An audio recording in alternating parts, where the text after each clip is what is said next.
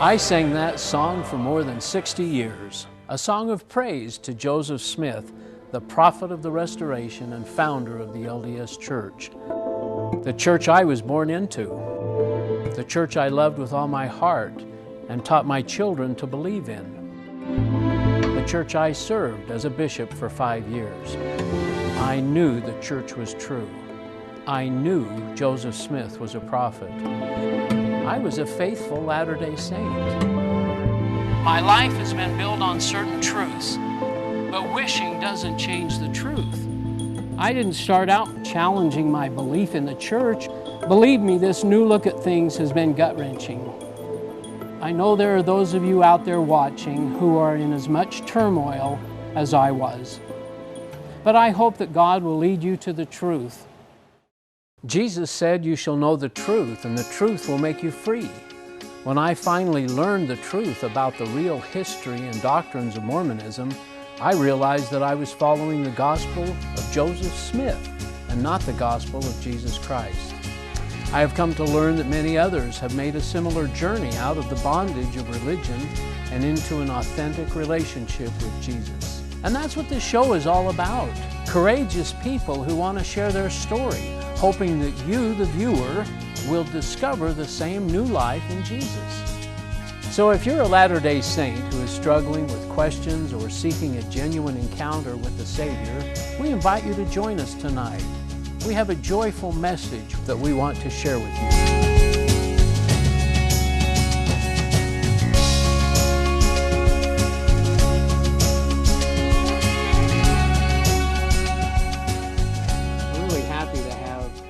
Cade Beeton here tonight. He's a returned missionary. We'll get into his story in just a minute, but I pray that God will help direct our discussion and soften hearts, and hopefully you'll be taught something tonight. So Cade, thanks for coming and thanks for having being here with me. You were born in LDS and raised as an active member. I was. Yes? Tell us a little bit about that. Born in the covenant, and parents were active then, everybody, cousins, uncles, aunts, everybody completely staunch LDS. So. Wow. And pioneer heritage and a lot of pride with that, I suppose. Oh yeah, I'm related to John Moses Browning, and really? We got definitely a lot of pioneer heritage. Yeah. So, So then you went to primary and seminary, did you? And you became a deacon and teacher and all that stuff. Yeah. Any experiences there that I know you're an Eagle Scout. What was your Eagle project? Remember? Cutting trees down in Malad, Idaho. Good for you. So, yeah, I had lots of different experiences. Did Aaronic priesthood training encampment. The Sons of Helaman, and wow. All that stuff. I had all those experiences. We moved from Utah to Idaho, so I actually got to go on 2 different pioneer treks up in Wyoming, and they're as you probably know, they're really spiritual experiences for the LDS people. Yeah. So you had a strong testimony of the gospel and Joseph Smith, and it took a while. I was kind of rebellious in my early teens and even some of my late teens, but by your definition or by Dad's definition? By Dad's definition. Oh, okay. Yeah. So I was the guy that would roll up his tie and use it as a pillow on the pew in sacrament meeting, and and a lot of times I'd kind of sleep through seminary. I thought I was a hot shot, I guess. You probably weren't the only one that No. But you'd consider yourself definitely active. Definitely felt like you were on your way to doing all that was required and expected of you. And you turned 19, and what happens? Well, when I was 19, I didn't know whether or not I wanted to go on a mission or not. So I decided to go to a year of college first. And pretty soon all my high school buddies started dropping off one by one, going on missions, and now here I am all by myself. And and then Thomas Monson actually gave a talk in General Priesthood meeting about the importance of young men going on missions, and that really touched me. And besides the fact that all my friends were going on missions. And your family probably was encouraging. Oh, definitely. Yeah. Definitely. So I decided I better go, and went to the MTC and started really gaining a great testimony of the church. I've always had a testimony, but that's when it really started to grow in the MTC. It's pretty concentrated study there in the Missionary Training Center for anybody that doesn't know the MTC. And was it in Provo there? Yes. That you went? So. And yes, we went to the MTC, and everything was going great. We kind of got towards the end of our training, and they gave us a couple free days to kind of just talk about what we wanted, or study what we wanted. And we had this session, a question session, and some of the other guys in my district brought up questions that I'd never heard of before. I had no idea. They were talking about blacks in the priesthood and how they were denied the priesthood. They talked about polygamy. They talked about the Adam God theory. Wow, some heavy stuff there. It was, to have my whole life to have this testimony, this decently strong testimony, and then have it just amplified in the MTC, and then all of a sudden at the end of the MTC experience to just boom, kind of whoa, what are you talking about? And so it was pretty rough. I actually considered going home and just calling It was really impactful, man. Oh, very. Yeah. I really stayed up at night and really thought about it, and thought about calling my girlfriend, who's now my wife, to come and pick me up from the MTC. Well, do you think they were trying to do that to prepare you? I mean, you said it was a free day, but was it they were not fighting, or they didn't say, no, don't ask us those questions? Were they, because they knew maybe that you'd run into some of these questions where you, when you go out on your mission? Well, it was, I don't think it was on the teacher's agenda to teach us that stuff, but it came up because somebody in our group was exposed to that. That would be hard questions to answer out in the mission. Where did you go on your mission then? Jacksonville, Florida. I mean, I guess I've jumped the punchline. You decided to stay with your mission, and you went out to Jacksonville, Florida, and served served a 2-year mission, and that went well. Did you have any questions or problems there? It was pretty hard, but towards the beginning of my mission, the mission president, he gave a really good, basically apologetic speech on those kind of questions, the anti-Mormon questions, and he gave this elaborate example of, those questions should be treated as a little figurine or a little knick-knack, a glass knick-knack that goes on a shelf. You can look at it, but you put it on the shelf and you leave it there, and pretty much just ignore it. So, and he did a really good job in the talk. Everything made sense to me, and I figured, well, I do have this testimony of the church and everything, so I'm going to stay. And well, I was going to ask you. You had a testimony then of Joseph and the Book of Mormon. Definitely. Definitely. Yeah. And actually, it was in my first area, Jessup, Georgia. I actually marked on my missionary calendar. They tell you not to mark one day off at a time because your mission will take forever. Well, I was one of those guys that did that. And actually, on one of the days, I remember my companion was in the shower, and I went and hit the scriptures early.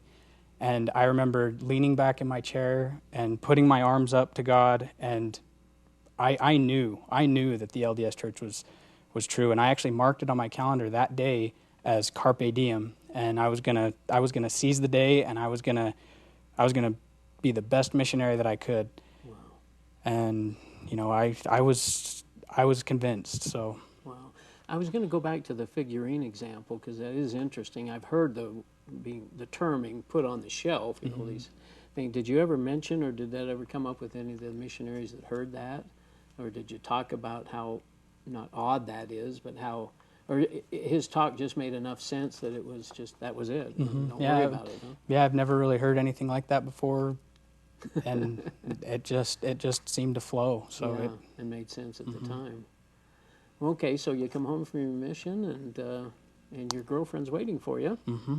Mm-hmm. We've actually met Nicole. Yep. She was on the show for a few weeks ago. Mm-hmm. So you get married. Mm-hmm. Is that the next thing that happens? I guess I shouldn't jump. Pretty much. We dated a little bit. Yeah. Kind of got to know each other again, because Yeah. I was kind of a little bit different than when I left, Yeah.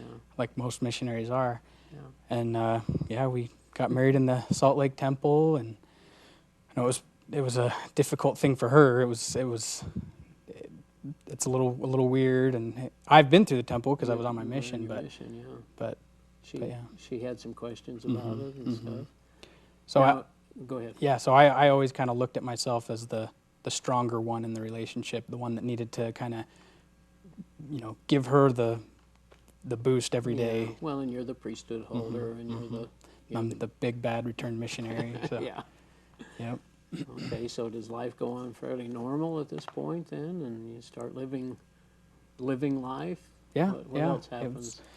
Living life, and after a couple of years, we have our first beautiful little baby, Kayla, and at this time, my wife starts looking into some stuff because her sister-in-law and her sister-in-law's mother-in-law are looking into some stuff, and they started reading Joseph Smith, Rough Stone Rolling by Richard Lyman Bushman. I was just going to say that we had Aubrey on last week, and that's who Cade's talking about, is your sister-in-law, and they read this Rough Stone Rolling. Go ahead.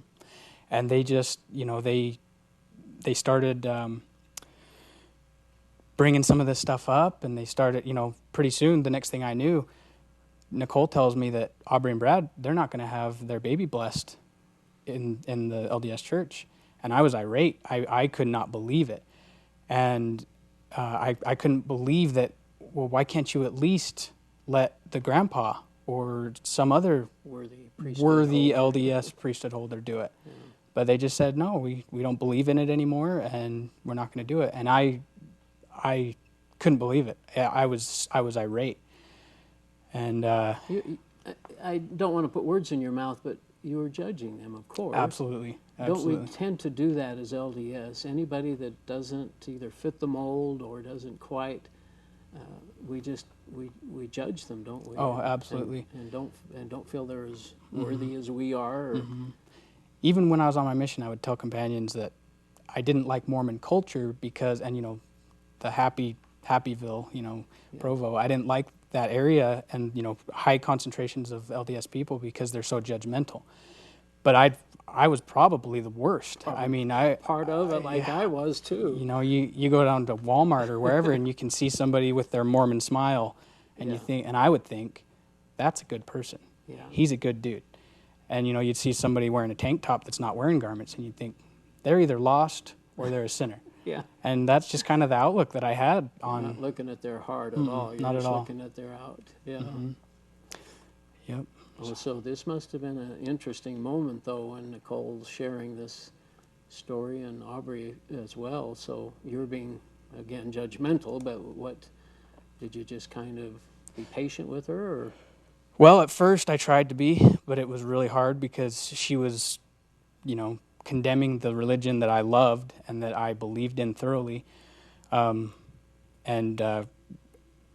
had a few arguments here and there, and eventually, we broke out into some big arguments. And I'm not a very violent person, but I put a few holes in the walls because I didn't want to hear her anti-Mormon agenda. And we finally had to just say, okay, we won't talk about religion anymore. Can't talk religion. Yeah. And that only, in a marriage, that doesn't last very long. So inevitably, it came up again. And when it did, this time I tried to listen to her with a understanding attitude versus the argumentative attitude. And I thought, okay, I'll just listen to her where she's coming from, and then after the fact, I'll go and I'll prove her wrong. And I did. I listened to her. I listened to some of the stuff she was saying, and I was really caught off guard on a lot of it. But then you thought, well, that can't be right. Yeah. There's no way. I'll prove that wrong. Exactly. I've seen nothing but good fruits from this church. This is all lies. And anyway, so I go and start doing some research. I dig into Journal of Discourse's History of the Church, times and seasons, the original 1830 Book of Mormon, the Book of Commandments, the original Doctrine and Covenants. I start looking into all this stuff, and it's undeniable. I mean, it's right there, cold, hard facts. This stuff happened.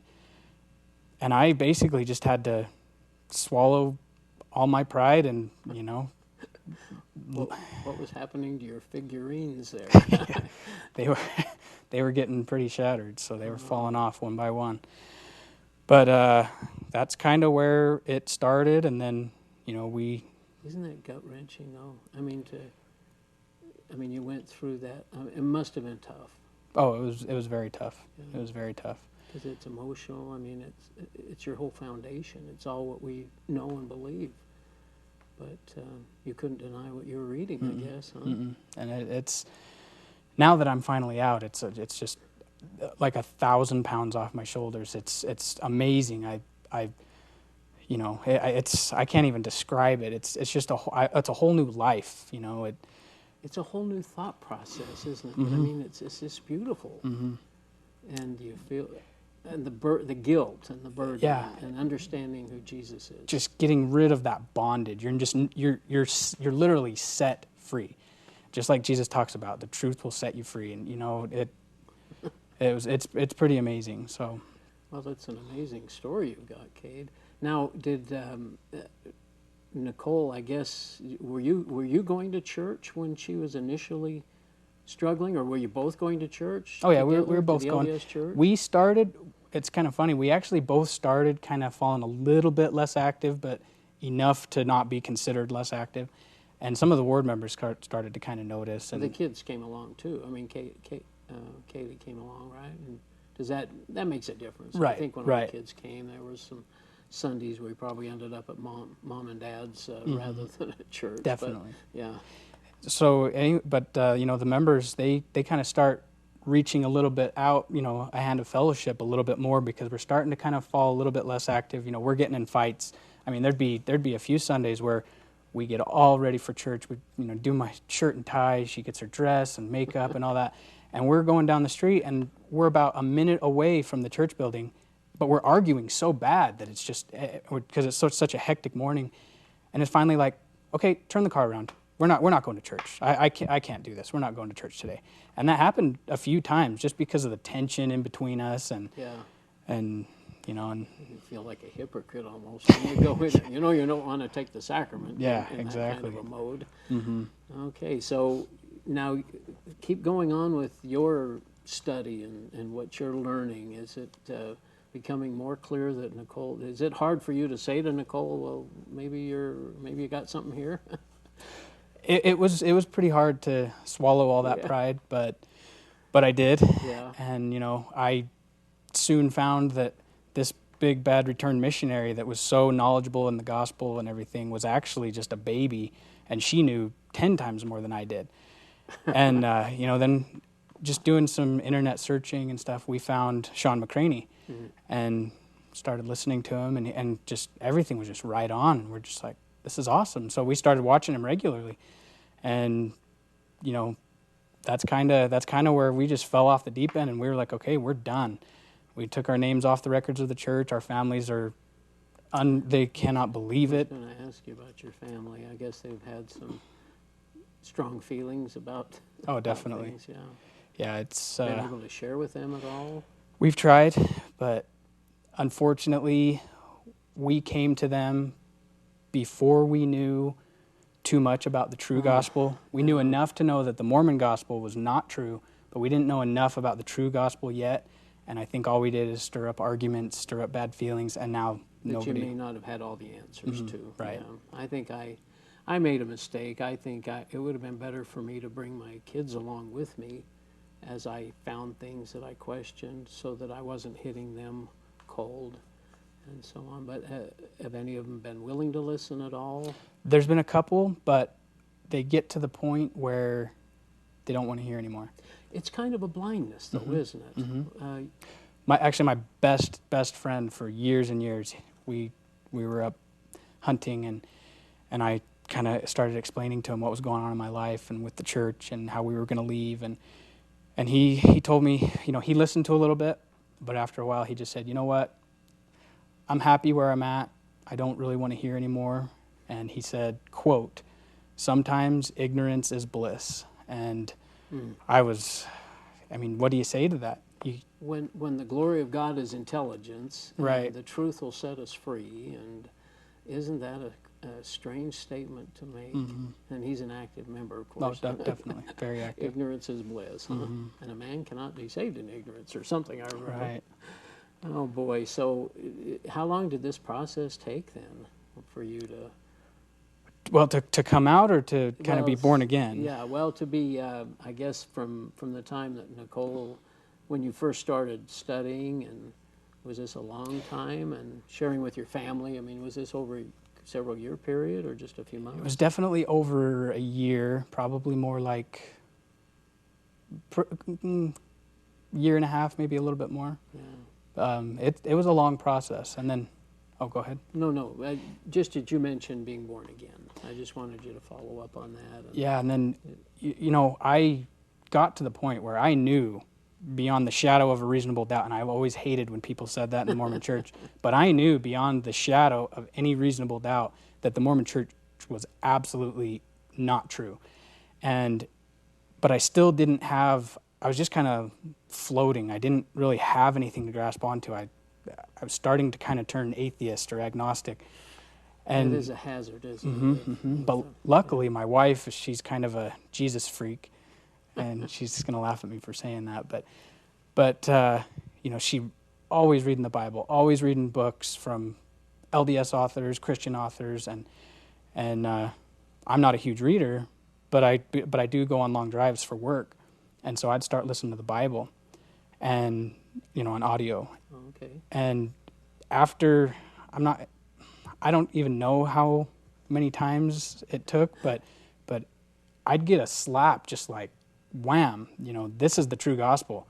And then I'd kind of start, you know, drifting off a little bit, and then wham, here's the true gospel again. And after a few times of that, on a few long drives to like Casper, Wyoming or wherever, it finally hit me, and I just had that undeniable, I mean, this is... The Holy Spirit just said, okay, this is it. Yeah. And my life has just completely turned around. I used to be so judgmental. I'd look at people with tattoos and piercings and you know, immodestly dressed, and you know, people that drink alcohol or whatever. And just judge them. I'd judge them, and especially gay people. I mean, I could not stand gay people. They disgusted me, really, and I had no love for them whatsoever. But now I've completely changed, and I do love them. I don't condone what they do, but you love them because God loves them. Absolutely. Yeah. And I've just completely changed, and that's a promise we have in the Bible, that you can become a new creature. That's the way I feel, that I just look at things differently, and you just know that God has done all this wonderful work for us and paid for our sins, and that we're never good enough to do anything. One of the things you mentioned, Sean McCraney, I think, and one of the things I did appreciate about him as I began listening to him too, was that he never said, trust me. It was always trust the Bible and trust God and turn to them for answers.